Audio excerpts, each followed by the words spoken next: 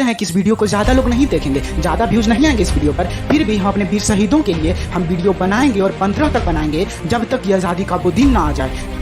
मुंबई, उम्मीदों की इमारतें और 7 समंदर जो आज भी गवाह हैं 75 साल पहले हुई उस ऐतिहासिक लड़ाई की, जिसके चलते भारत को अंग्रेजी हुकूमत से आज़ादी का रास्ता मिला। लेकिन इतने बड़े विद्रोह को, उन 20,000 वीरों को इतिहास के पन्नों में वो जगह नहीं मिल सकी जिसके वो हकदार थे।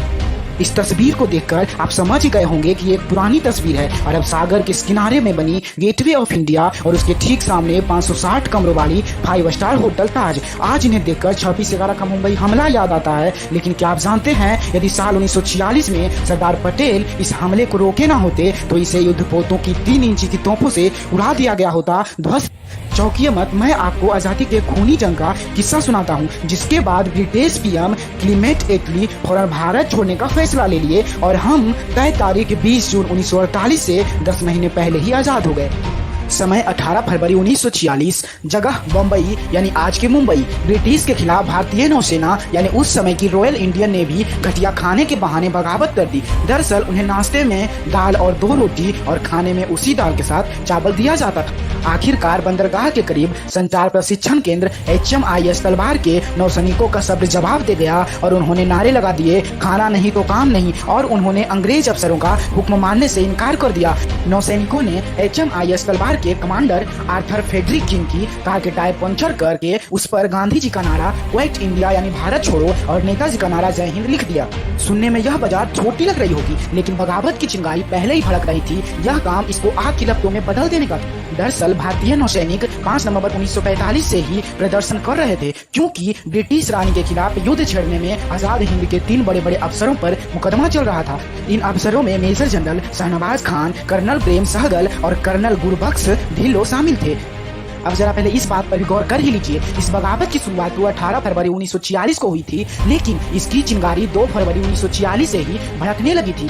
विद्रोह की अगुवाई करने वालों में शामिल रहे BC दत्त ने कैम्ब्रिज यूनिवर्सिटी में दिए गए इंटरव्यू में कहे थे, हम नेताजी सुभाष चंद्र बोस के साथ काम करने वाले सैनिकों की रिहाई चाहते हैं, क्योंकि उनका भी मकसद था क्रांतिकारी कार्रवाई करना। वे हमारी ही तरह एक देशभक्त थे और इन्होंने 2 फरवरी को ही HMIS तलवार की सीढ़ियों पर भारत छोड़ो और जय हिंद जैसे नारे का पोस्टर चिपका दिए और 8 फरवरी 1946 को इनका कोर्ट मार्शल हो गया और साथ में इनके साथियों का भी। ट्रायल के दौरान कमांडिंग ऑफिसर फ्रेडरिक किंग इनके साथियों को अब शब्द बोलने लगे, इनको गाली देने लगे। इसके बाद इन्होंने MS खान और मदन सिंह के साथ भारतीय नौसैनिकों को भूख हड़ताल के लिए राजी कर लिया और 18 फरवरी की सुबह 1500 सैनिकों ने अलग अलग जगह पर खाना नहीं, कोई काम नहीं के नारे लगा दिए।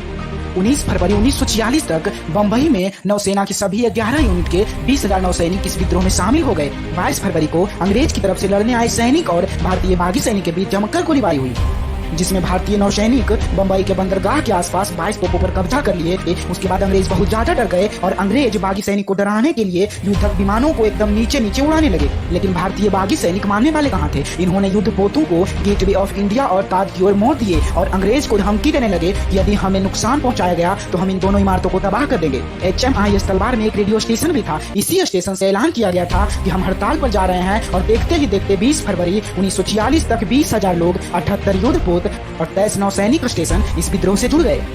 HMIS तलवार उस समय ब्रिटिश नौसेना का अड्डा था। उन दिनों वहाँ कम्युनिकेशन ट्रेनिंग होती थी। आज इस जगह को नेवल ट्रांसपोर्ट डिपो कहते हैं। यह साउथ मुंबई के कूपर एज एरिया में है। साउथ बम्बई की सड़कों पर अंग्रेजों भारत छोड़ो के नारे लगने लगे। देखते ही देखते लगभग 2 लाख लोग इसमें शामिल हो गए। उधर आजाद मैदान में भारतीय नौसैनिकों का भी अभियान तेज हो गया। अंग्रेज इस विद्रोह को रोकने के लिए 19 फरवरी से 24 फरवरी के बीच 400 लोगों की गोली मारकर हत्या कर दी और 1500 से ज्यादा लोग जख्मी हो गए। 18 से 20 फरवरी के बीच गेटवे ऑफ इंडिया और ताज होटल के कमरों और शौचालयों में भारतीय नौसेना अंग्रेजी सैनिकों को बंदी बना लिए और कई जहाजों पर भी यही काम हुआ।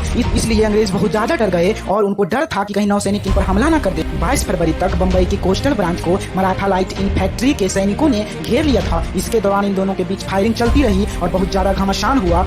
सरदार वल्लभ भाई पटेल के कहने पर इन्होंने आत्मसमर्पण करने का फैसला किया, यानी नौसैनिकों ने आत्मसमर्पण करने का फैसला किए और इन्होंने एक प्रस्तावना रखी कि हम जब भी आत्मसमर्पण करेंगे तो भारतीय नेताओं के सामने करेंगे, ना कि अंग्रेजों के सामने। और 23 से 24 फरवरी को इन्होंने सरेंडर कर दिया, यानी कि आत्मसमर्पण कर दिए।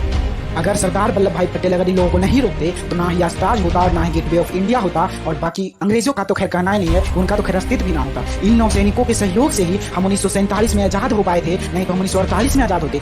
लेकिन हमारे इतिहास में इन नौसैनिकों के बारे में कोई चर्चा ही नहीं है। अब आपको अगर यह वीडियो थोड़ा सा भी अच्छा लगा हो तो इस वीडियो को एक लाइक जरूर कीजिएगा और कमेंट में जय हिंद और जय हिंद जरूर लिखिएगा। Thank you for watching.